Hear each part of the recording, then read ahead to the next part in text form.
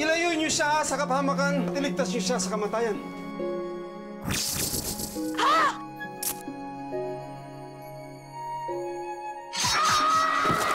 Napakabilis ng tibok ng puso niyong Bu Amaya. Atlangin mo! Bayan! Habulin niyo sila! Huwag niyong pakakawalan! Habulin niyo sila! Nasa panganib siya at ang kanyang mga kasama. Paalam, Amaya. Paalam, aking tala. Magana! Magana! Subukan niyo pang saktan ng Ginoo. Ipanatag mo na ang iyong loob. Magani. Ikaw yung umalaga ni Amaya. Ako nga. Tulungan mo akong pamaligtas sa sila. Huwag mo nang iligtas si Dayaw pagkat hindi na kita mapapangalagaan pa pag nangyari yun. Ikulong niyo na sila pansamantala sapagkat ako'y may kailangan pa sa kanila. Ang kanilang tagnain na isulat na, hindi mo na sila maililigtas. Kung hindi mo nais na ligtas ko si Dayaw, anong nais yung gawin ko? Sa likod ng ulap, may paparating na isang saklolo. Lula niya ng Karakoa, ang datong ama ng iyong Iloy. Kasama niya ang mga oripon, ang mga timawang mandirigma, at si Dalang.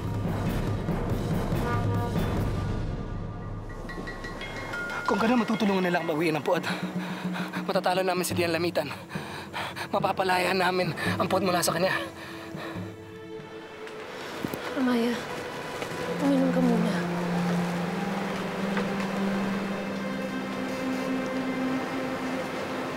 Nakabalik na ba sila, Bagani? Hindi pa sila nagbabalik, Amaya.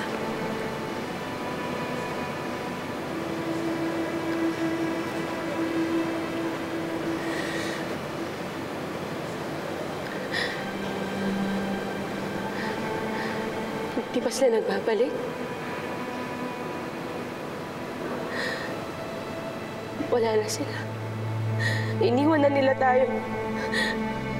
Wala na si Bagani.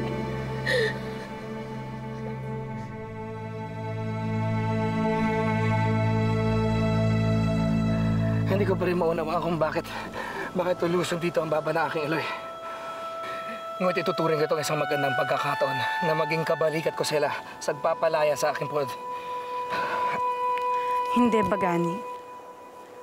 Pagkat sa sandaling yumaon sila dito, kamatayan lamang ang maghihintay sa kanila.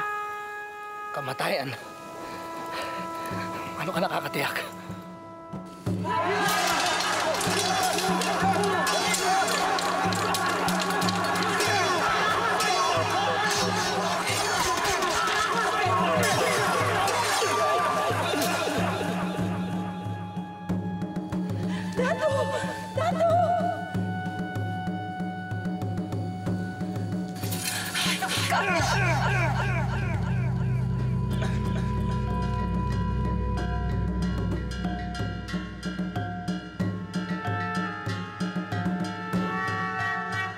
Ang digmaang ito'y hindi sa kanila, kung hindi sa inyo ni Amaya. Kung lulusob sila rito, kamatayan lamang ang mapapala nila. At kung ililigtas mo si Dayaw, mabibigo ka. Mabibigo din ang sakay ng Karakoa sa kanilang pakay. Anong nais mong gawin ko? Nais kong salubungin mo sila at pigilan. Sumama ka sa kanilang banwa. At do'y mananatili ka at magtatatag ng isang hukbo. Si Amaya? Paano si Amaya? Huwag mong alalahanin si Amaya, pagkat makakaligtas siya. Mahaba pa ang tatahakin niyang landas at ayaw kong makasagabal ka rito. Marami pa siyang bagay na dapat niyang matutunan. At ang mga aral na iyon ang siyang magbubuklod sa inyo at magbibigay ng katangian. Kaya humayo ka na, Bagani. Salubungin mo na sila at lisanin niyo na ang puod na ito. Hindi ko kakalabanin ang nais ng isang umalagan. Masakit man sa akin mawalay kay Amaya. Ngunit titiisin ko ito. Ang sa diyan na magaganap, ang siyang dapat nang maganap. Maligtag ang salamat. Hanggang sa muli nating pagkikita, Ginoo.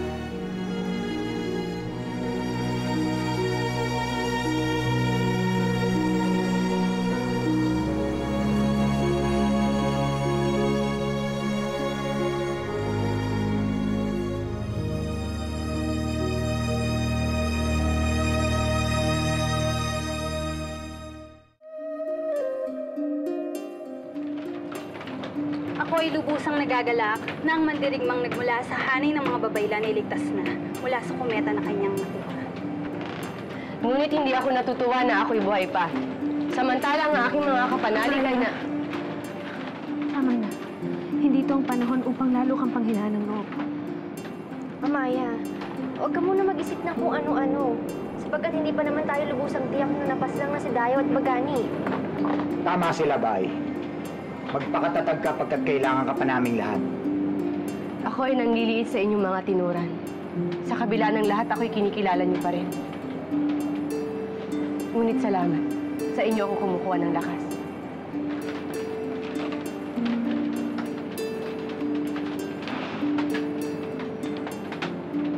Ano ang bagay na ito? Iyan ay nilikha ng aming manlililok bilang paglalarawan sa pinuno ng ating kaaway. Silamitan? Iyan ay kailangan mong sunugin upang tuluyang mawala ang kometan na nakuha mo mula sa kanyang panagang upang ikay tuluyang gumaling. Kung ito'y kumakatawan kay Lamitan at sa sumpang ginawa niya sa akin, kinagagalak kong sunugin ito. Lamitan, sumpain ka nawa ng mga diwata at umalagat. Kailan may hindi ako yuyuko sa'yo. Hindi karapat-dapat sa pinagmula mong lahit. At ibibigay ko sa'yo ang karapat-dapat na kaparusahan para sa'yo.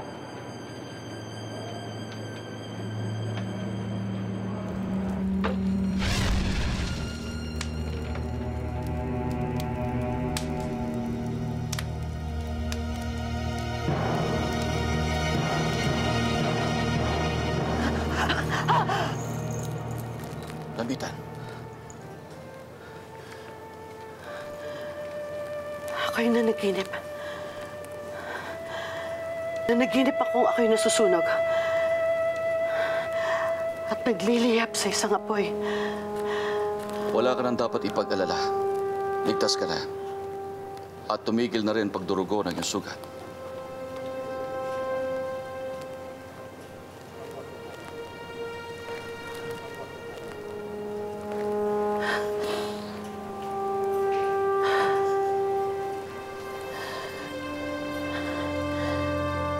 Nagtagumpay ba kayo sa pagtugis kina Amaya at Bagani? Hindi. Pagkat nang muli namin balikan si Bagani, siya'y nakatakas na. At pinatakas niyo rin si Amaya? Ang babaeng siyang dahilan ng pagkaputol ng aking kamay? Hindi na namin siya nahabol pa. Pagkat tulad ni Bagani, siya'y biglang naglahok. Marahil siya ay tinulungan ng kanyang umalagat upang makatakas.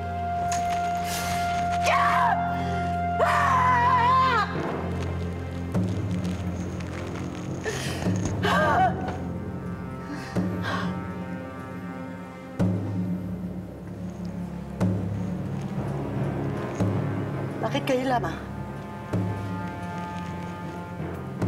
Nasaan si Silay?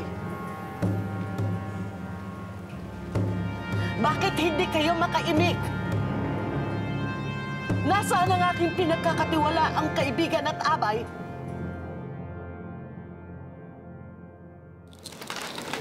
Lagi na lamang siyang nandiyan sapagkat hinihintay niya raw ang kanyang ububagani.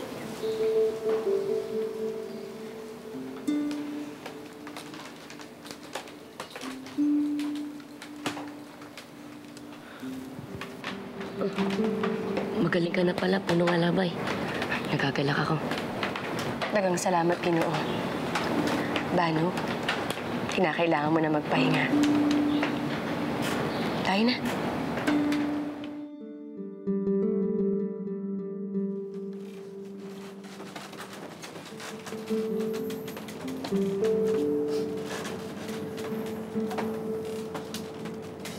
Ano ang nangyari kay Silay?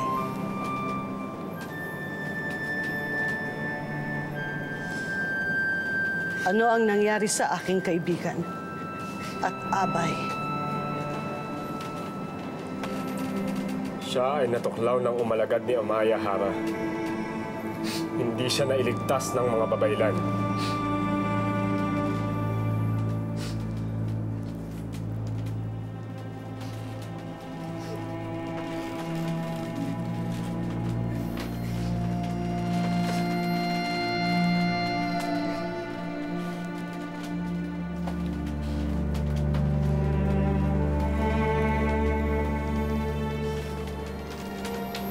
Ginawa na namin ni Napunong Asinas ang lahat. Ngunit sadyang makamandag ang tuklaw ng umalagad.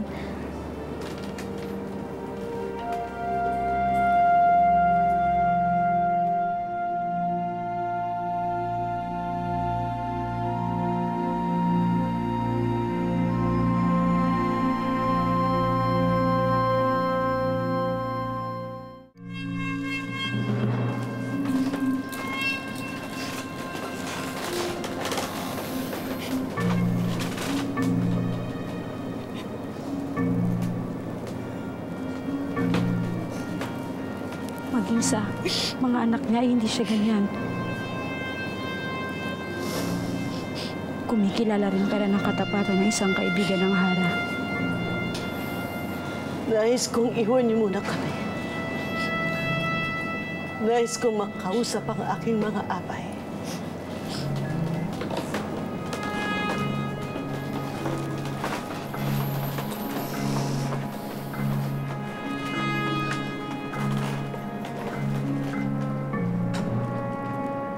Ipaliwanag ninyo sa akin paano napasok ni na Amaya ang ating puod ng hindi namamalayan ng mga bantay. At paano niya napasok ang aking balay. Nahihinuha akong dumating mag-isa dito si Amaya Hara.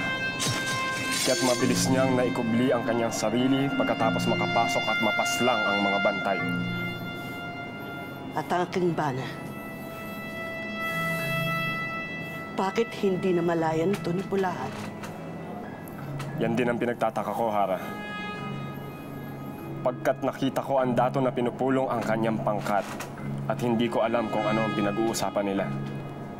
Ngunit sa wari ko'y handa silang lumaban pagkat dala nila lahat ang kanilang mga sandata.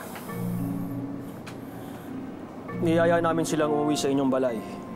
Ngunit kami biglang pinigilan at inutusan. Tingin ko ito'y upang hindi matuloy ang aming pag-uwi sa inyong balay. Hindi namin nais magtanim ng pag-aalinlangan, Hara. Ngunit lubhang kahina-hinala ang kilos ng dato noong gabing lumusob sina Amaya. Batid ng aking bana na nakapasok sina Amaya. At pinabayaan niyang makaharap ko ang babaeng yun. Hara, hindi tayo nakakatiyak riyan. Hindi ako tanga upang maniwala na makakapasok sila sa ating puot kung ginawa ni Pulahan ang kanyang tungkulin na ako'y pangalagaan. Malaki ang kanyang mapapala kung sakali ako'y mapapaslang. Kaya natitiyak ko na sinadya niyang ako'y mapahamak.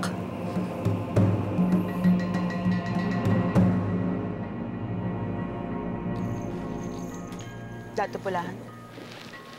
Baylang Asinas, hindi ko pa rin nakakalimutan ang hiniling ko sa'yo. Kahit na nagkaroon ng kaguluhan sa puod na ito.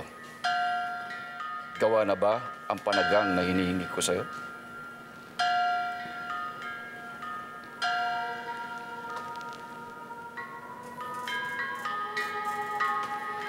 Ang anting-anting na yan ay panagang na magbibigay sa inyo ng ibayong kapangyarihan. Magagamit niyo yan. Hindi lamang sa inyong mga kaaway, kundi maging sa inyong asawa, kapatid kong inyong kinayayamutan.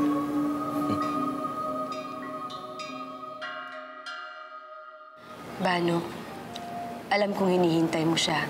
Gayon din ako. Ngunit, huwag natin sayangin ang ating oras sa mga taong walang katiyakan kung babalik. Kaya sundin mo na ang aking sinasambit. Magpahinga ka na.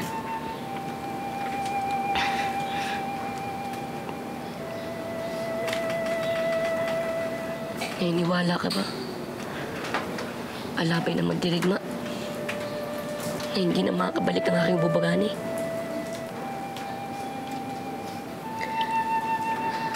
Ayokong tanggalin ang kakaunting natitira pag-asa sa puso ko. Ano man ang mangyari kay Bagani, mabuti man ito ang masama, mananatili siya sa puso ko. Paano? Tulad na lamang ng iyong iloy.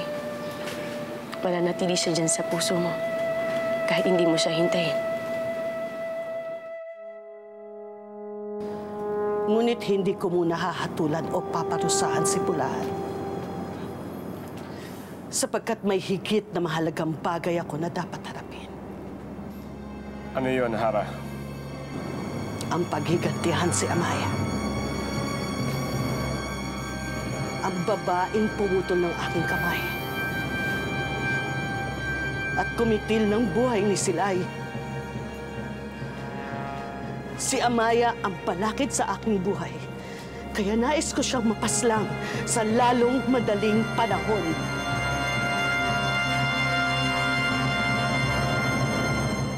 Paano nyo ito maipapatupad, Hara?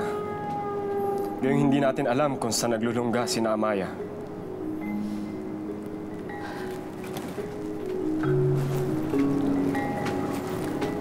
Madali nating malalaman yun. Paano, Hara?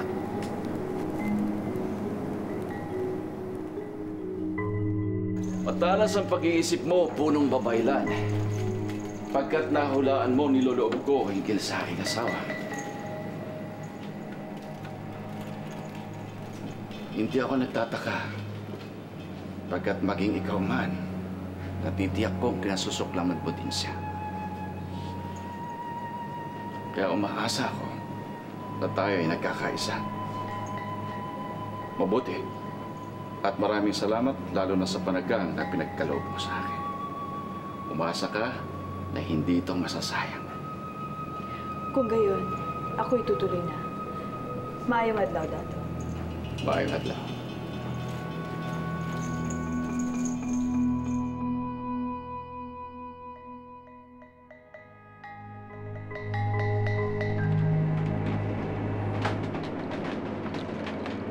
Amaya.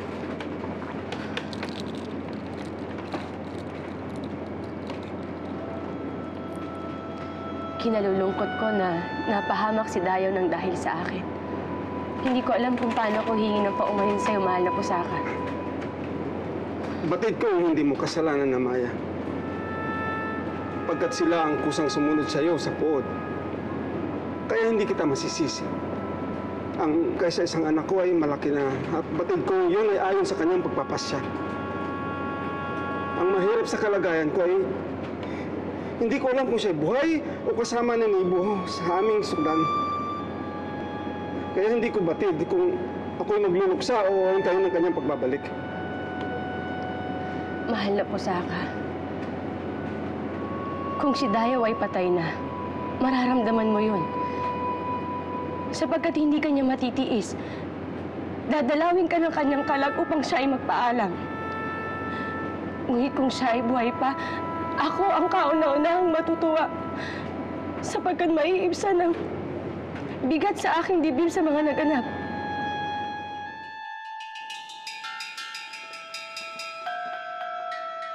Ngunit kung sila ay buhay pa nga at bihag ninalamitan, nangangahulugan na tayo at ang inyong banwa ay maaring malagay sa panganib.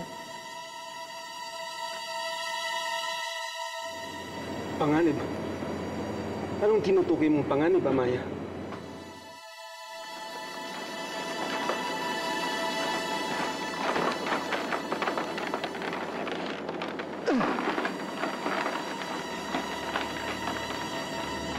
Anong kailangan mo sa amin? Nais kong malaman kung saan natatagpuan ang bagwa na tiyak kong pinagtataguan ni Amaya. At bakit ko naman sasabihin sa'yo? Kahit paslangin mo pa kami, hindi ko ipapahamak si Amaya at ang aking banwa. Kaya kung ako sa'yo, maghihintay na lamang ako sa kanyang pagbabalik. Pagkat tiyak akong babalik siya upang itakas kami at paslangin ka. Matikas ang mga winika. Tingnan natin kung hanggang saan ang iyong tapang. Yadang!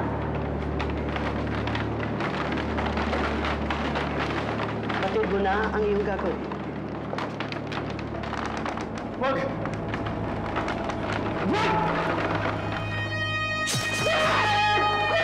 Wag! Wag!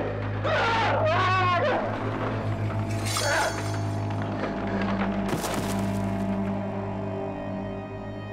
kilala ko si Lamitan, walang hanggan ang kanyang kasamaan. Kung tunay nga na buhay si Dayaw at ang mga bihag, gagawin niya ang lahat laban sa akin. At aalamin ni Lamitan ang kinaroroonan ko. Gagamit siya ng dahas. Lahat ay gagawin niya. Kapag hindi ka nagsalita, kapag hindi mo ipinagkaloob sa akin ang aking hinihiling, kayong dalawa ni Paratawag ay isa-isang mapapaslan. Kaya magsalita ka na. Saan ko matatagpuan ang babaeng may malaking kasalanan sa akin? Nasaan si Amaya?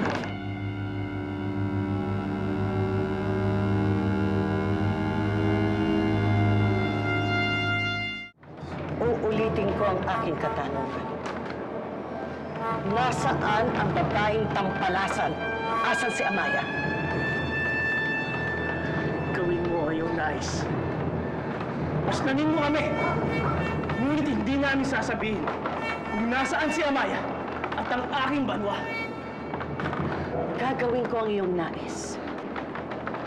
Mapapaslang ang dating sandig kung ikaw ay patuloy na makikipagmatigasan sa akin. Wag! Utang na loob yan! Ang anak ko ay pinalaki kong may malakas na kalooban. Hindi niya ipagkakanulo ang kanyang kaibigan, lalo tigit ng kanyang banwa. Ngunit Pusaka, ang ating kaaway, may maitim at malakyot na puso, na kahit sinong pinakamatibay na kalooban ay mapapasunod niya sa kanyang ninanais. Mahal na Pusaka, hindi ko nais iligtas lamang ang aking sarili. Ang nais ko ay mailigtas kayo, ang iyong naaahopan. Dapat ay lisanin natin ang banwa nyo at lumipat ng ibang pook upang kung ano man ang maganap ay hindi tayo matuntun ni Lamitan. Nababasa ko ang pag-aalala sa iyong mga mata. Pati na ang takot. At batid kong nagdadalawang isip ka. Kaya makipagtulungan ka na sa akin, Dayo. Nasaan si Amaya? Ang mga lumad ay naniniwala sa paghihiganti. Kaya kung mamamatay man kami ni Paratawag, hindi naman 3 sa inyong mga tauhan ang sisingilin ng aking ama, kundi 10 sa bawat isa sa amin, o higit pa! Kaya Lamitan, hindi ako natatakot. Dahil ang lumad na ito ay handang mamatay. Kung gayon, sundin ang kanyang kahilingan, paslangin silang dalawa! Wala sila sa atin! Utang na loob! Kung hindi nais magsalita ni Dayaw, ako ang gagawa. Paratawag! Huwag mo'y magkagulo sila, Amaya! Manahimik ka. Ipagkakaloob mo ang aking hiling kapalit ng iyong buhay, Paratawag. Ituturo ko ang banwa ni Dayaw kung saan naroroon si Amaya. Taksil ka! Taksil ka! Taksil ka! Taksil ka! Natutuwa ako at ginamit mo ang iyong isip para tawag. Ngayon, sagutin mo ang aking tanong. Nasaan si Amaya? Sa banwa ng mga lumad. Kung inyo siya matatagpuan. Taksil ka! At batid ko kung paano makapunta roon.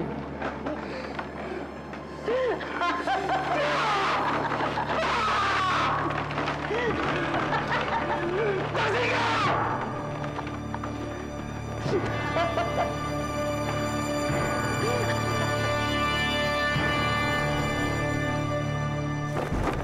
Walang umuurong na lumad sa kaway.